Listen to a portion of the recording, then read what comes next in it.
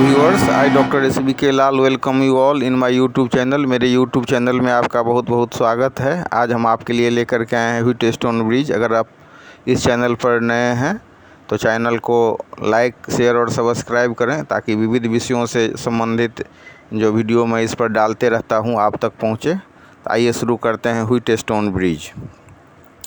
It is an arrangement of 4 resistances used to determine one of 3 resistances quickly and accurately in terms of the remaining 3 resistances. This method was first suggested by a British physicist Sir Charles F. Wheatstone in 1843. तो ये जो arrangement होता है 4 resistance का, जिसमें हम एक resistance को निकालते हैं, इसमें इसका व्हीटस्टोन ब्रिज को हम यूज करके वन ऑफ 3 रेजिस्टेंसेस को एक्यूरेटली और क्विकली को हम निकालते हैं बाकी रेजिस्टेंस के टर्म में। जो रिमेनिंग 3 रेजिस्टेंस होता है उसके टर्म में हम इसको एक्यूरेटली और क्विकली निकालते हैं, डिटरमाइन करते हैं। और सबसे पहले ये सजेस्ट किया गया ब्रिटिश फिजिसिस्ट, ये इंग्लैंड के जो भौतिकवेत्ता थे, फिजिसिस्ट थे, सर चार्ल्स एफ व्हीटस्टोन। 1843 ईस्वी में उनके द्वारा ये मेथड को दिया गया, सजेस्ट किया गया। तो आइए हम इसको समझते हैं कि क्या है Wheatstone bridge. It is an arrangement of 4 resistances used to determine one of 3 resistances quickly and accurately in terms of the remaining 3 resistances. This method was first suggested by a British physicist Sir Charles F. Wheatstone in 1843. अब इसमें हम arrangement करेंगे Wheatstone bridge का। PQRS 4 resistance होगा हमारे पास। इस resistance को हम इस हिसाब से जोड़ेंगे कि ये क्वाड्रिलेटरल बन जाएगा। A Wheatstone bridge consist of 4 resistances PQ, R and S connected to form the arms of a quadrilateral ABCD. A battery of EMF E is connected between point A and C and a sensitive galvanometer between B and D. तो इसको हम समझते हैं कि कैसे मतलब हम arrangement करते हैं 4 रेजिस्टेंस का, और कैसे हम डिटरमाइन करते हैं वन ऑफ 3 रेजिस्टेंसेस क्विकली और एक्यूरेटली। तो इसको हम बढ़िया से समझें और ये भी समझें कि ये जो ब्रिटिश फिजिसिस्ट थे सर चार्ल्स एफ व्हीटस्टोन ने 1843 में कैसे इस ब्रिज को दिया था, जिसमें कि 4 रेजिस्टेंस हम 4 क्वाड्रिलेटरल का 4 भुजा बनाता है, और रेजिस्टेंस का नाम हम यहाँ पर लेंगे PQRS। ठीक है, तो इस हिसाब से हम इसको समझते हैं। पहले व्हीटस्टोन ब्रिज को, इसमें जो रेजिस्टेंस हम दिए हुए हैं इसको समझ लेते हैं, और फिर इसमें गैल्वेनोमीटर कैसे लगाते हैं पॉइंट के बीच में उसको देखेंगे। कैसे हमारा रेजिस्टेंस है PQRS, और कैसे A और C टर्मिनल के बीच में हम EMF बैटरी का एक सेल लेते हैं, इससे हम धारा देते हैं, और ये धारा I निकलती है। A बिंदु पर ये धारा I1 और I2 में बढ़ जाती है, और B और D पॉइंट के बीच में हम गैल्वेनोमीटर G लगाते हैं, और फिर जो है यहाँ से करंट B से C के बीच में जो करंट फ्लो हो रहा है I1 माइनस IG, और C और D के बीच में करंट फ्लो हो रहा है I2 प्लस IG, और C से फिर धारा बह रही है I। तो फिर हम इसको समझते हैं। तो सबसे पहले इसको समझना है, इसके डिफिनेशन को समझना है। क्या है इसका definition? It is an arrangement of 4 resistances used to determine one of 3 resistances quickly and accurately in terms of the remaining 3 resistances. This method was first suggested by a British physicist Sir Charles F. Wheatstone in 1843. तो ये इतना ये नहीं है कि मतलब जो ये दिए हैं सो उतना नहीं महत्वपूर्ण है। महत्वपूर्ण है कि क्या दिए हैं। तो ये अरेंजमेंट दिए हैं कौन चीज़ का? तो 4 रेजिस्टेंस का। कौन चीज़ के लिए? तो use to determine one of 3 resistances. अब रेजिस्टेंस उसके बाद कौन चीज़ में? तो in terms of remaining 3 resistances. तो इस हिसाब से इसको हम समझते हैं। अब हम व्हीटस्टोन ब्रिज का तो चित्र बनाते हैं कि कैसे इसको का अरेंजमेंट किया गया है। देखिए यहाँ पर जो 4 रेजिस्टेंस है हमारा। एक रेजिस्टेंस का नाम है P, दूसरे का Q, तीसरे का R, चौथे का S। P, Q, R, S 4 resistance है। और हम देख रहे हैं A और C के बीच में हम बैटरी का कनेक्शन है, और बैटरी जो लिए हैं इसका EMF कितना है, तो इसका EMF है E।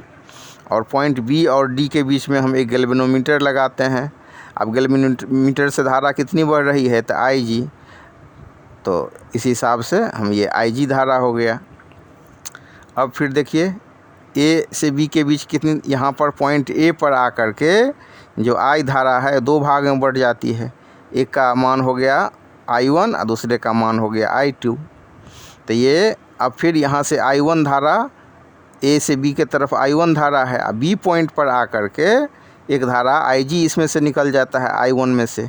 तो B से C के बीच में कितना करंट बचेगा, I1 में से IG को घटा देंगे, यही करंट न B से C के बीच में बचेगा। तो ये हमारा हो गया I1 माइनस IG।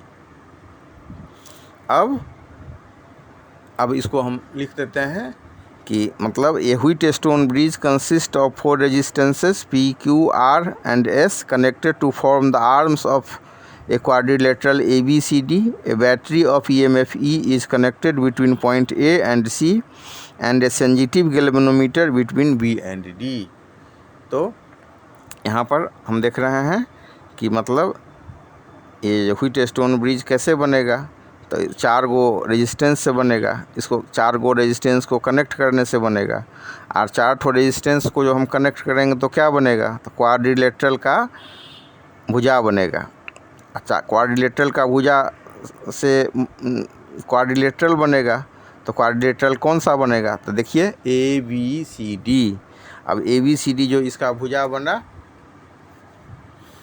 तो ABCD ये रेजिस्टेंस का भुजा बन गया। अब यहाँ पॉइंट A और C के बीच में क्या कर रहे हैं, तो हम EMF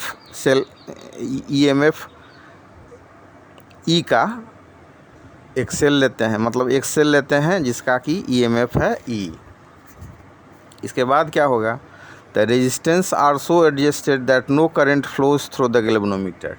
अब हम गैल्वेनोमीटर को जो कि हम पॉइंट B और D के बीच में लगाते हैं, तो इस हिसाब से एडजस्ट करते हैं कि कोई करंट इससे होकर के नहीं, गैल्वेनोमीटर से होकर के नहीं फ्लो करे, नहीं बहे, कोई धारा गैल्वेनोमीटर से होकर के नहीं बहे।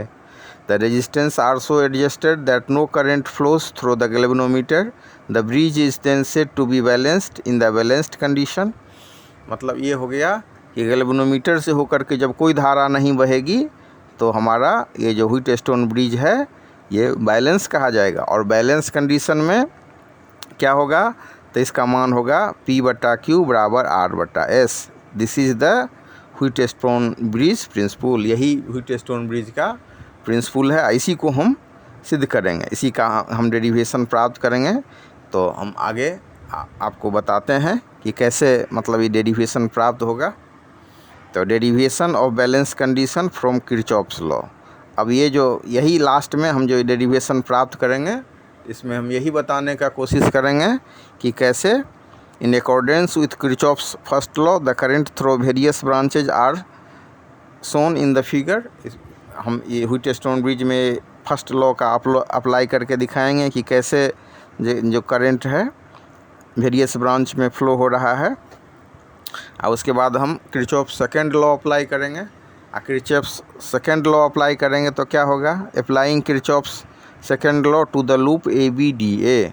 ABD हो गया त्रिभुज, ABDA अगर ABD से के बाद फिर A पर पहुंचेंगे तो ये हमारा बनेगा लूप ABDA। तो ABDA लूप पर जब हम इसको अप्लाई करेंगे तो हमारा इक्वेशन बनेगा I1P plus IGG minus I2R will be equal to 0, where G is the resistance of the galvanometer. G हो गया आपको रेजिस्टेंस गैल्वेनोमीटर का। और उसके बाद फिर अप्लाई करेंगे किरचॉफ सेकेंड लॉ, कौन लूप के लिए, तो BCDB के लिए। और BCDB लूप के लिए जब अप्लाई करेंगे तो हम लिखेंगे Kirchhoff second law to the loop BCDB, मतलब applying Kirchhoff's second law to the loop BCDB, we get I1 minus IG into Q minus I2 plus IG into S minus G into IG will be equal to 0। अब उसके बाद फिर balance condition की चर्चा करेंगे कि balance condition में IG का वैल्यू हो जाएगा 0, मतलब गैल्वेनोमीटर से जो करंट फ्लो हो रहा है उसका मान हो जाएगा 0। तो हम इसको लिखेंगे in the balanced condition of the bridge IG will be equal to 0। ये जो हमारा पहले ऊपर वाला इक्वेशन है, the above equation becomes I1P minus I2R will be equal to 0। अब इसके बाद I1P minus I2R is equal to 0, तो फिर बराबर के इस साइड में हम I2R को ले जाएंगे, तो इक्वेशन बनेगा हमारा I1P बराबर I2R। ये जो हमारा इक्वेशन बनेगा, तो फिर हम दूसरा इक्वेशन लिखेंगे I1Q minus I2S is equal to 0। तो दूसरा इक्वेशन इससे हमारा बनेगा I1Q बराबर I2S। तो ये हो गया हमारा इक्वेशन सेकंड। अब इक्वेशन फर्स्ट को हम इक्वेशन सेकंड से डिवाइड करेंगे, तो हमारा जो डेरिवेशन हमको निकालना था वो निकल जाएगा हमारा P/Q बराबर R/S। यही हमको प्रूव करता है कंडीशन बैलेंस्ड व्हीटस्टोन ब्रिज में। यही हमको निकालना है P/Q बराबर R/S। तो इसको फिगर को बढ़िया से समझ लीजिए कि इस फिगर में हमको क्या करना है, कैसे लूप बन रहा है, कैसे हमारा अरेंजमेंट किए हैं। सबसे पहले इसका डिफिनेशन हो गया कि it is an arrangement of 4 resistances use to determine one of 3 resistances quickly and accurately in terms of the remaining 3 resistances.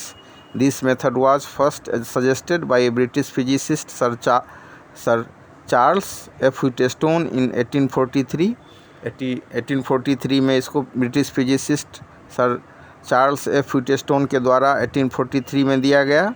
अब यहाँ पर हम 4 ठो रेजिस्टेंस लेते हैं। एक हो गया हमारा P, दूसरा हो गया Q, तीसरा हो गया R और चौथा हो गया S। अब 4 रेजिस्टेंस को हम इस तरह से मतलब जोड़ते हैं, कनेक्ट करते हैं, जो ये क्वाड्रिलेटरल ABCD का मतलब भुजा बनाता है, और ABCD के भुजा से हमारा क्वाड्रिलेटरल बनता है ABCD। A Wheatstone bridge consist of 4 resistances P, Q, R and S connected to form the arms of a quadrilateral ABCD. A battery of EMF E is connected between points A and C and a sensitive galvanometer between B and D। तो मतलब हो गया A और C के बीच में हम battery जोड़ देते हैं। अब बैटरी का EMF है E और A और C के बीच में बैटरी जोड़ते हैं, और B और D के बीच में गैल्वेनोमीटर जोड़ते हैं। इसके बाद हम क्या करेंगे, तो इसके बाद हम लिखेंगे the resistance are so adjusted that no current flows through the galvanometer, the bridge is then said to be balanced. अब इस हिसाब से जब बैलेंस्ड कंडीशन होगा तो हमारा व्हीटस्टोन ब्रिज में बैलेंस कंडीशन में P/Q बराबर R/S होगा। यही हो गया हमारा व्हीटस्टोन ब्रिज का प्रिंसिपल। अब हम डेरिवेशन करते हैं, derivation of balance condition from Kirchhoff's law.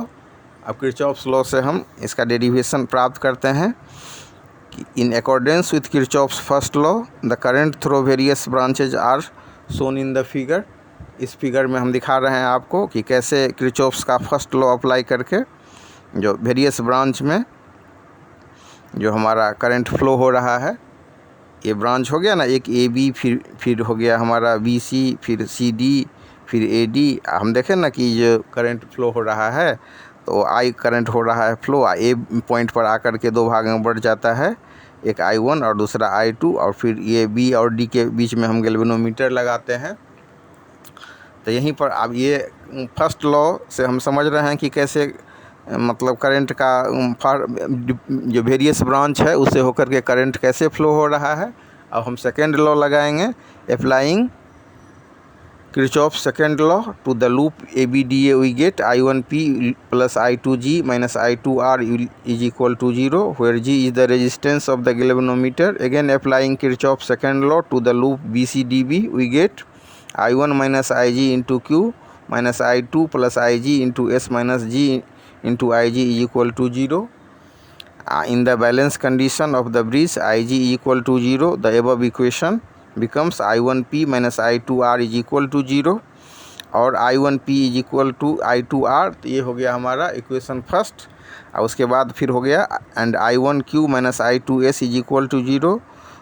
तो ये इससे हमारा निकलेगा एक सेकेंड इक्वेशन। तो हो जाएगा अगर मतलब I1Q माइनस I2S बराबर 0 हो तो I1 क्यूब बराबर I2 इंटू एस। ये हो गया हमारा इक्वेशन सेकेंड। अब हम इक्वेशन फर्स्ट में सेकेंड से भाग देंगे। On dividing equation first by second we get P/Q बराबर R/S।